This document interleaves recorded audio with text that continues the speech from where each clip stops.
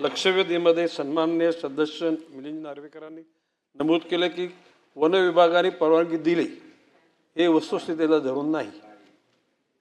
केंद्रीय खनिज मंत्रालयानं एका कंपनीला, ज्या कंपनीचं नाव Sunflag iron and steel core limited, यांना ती जागा देण्याचं सूचित केलं आणि वन विभागाच्या त्याच्यावर अभिप्राय मागितले। वन विभागाने कसल्याही प्रकारचा निर्णय घेतला नाही आणि आताच्या नवीनच्या, कारण हा प्रश्नोत्तराच्या माध्यमातून मी ते उत्तरं दिलेली आहेत, पण लक्षवेधीच्या माध्यमातून मी सांगतो की या बाबतीमध्ये माननीय मुख्यमंत्री महोदय आणि स्वतः मी ज्याला माहिती घेतल्यानंतर आमच्या लक्षात आलं की तिथे फार मोठ्या प्रमाणामध्ये झाडांचा समावेश आहे आणि मीच या गोष्टीला विरोध करणार आहे।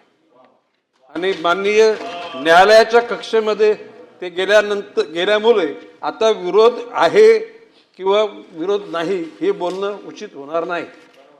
माननीय न्यायालयांच्याकडे सुमोटपणे तो निर्णय घेतलेला आहे आणि वृत्तपत्राच्या बातम्यानुसार घेतले किंवा काही लोकांनी त्यांना माहिती अवगत केल्यामुळे घेतले, परंतु आजच्या क्षणाला व्यक्तिशः माझा आणि माननीय मुख्यमंत्री महोदयांचं निर्णय असा आहे की ही परवानगी देणार नाही।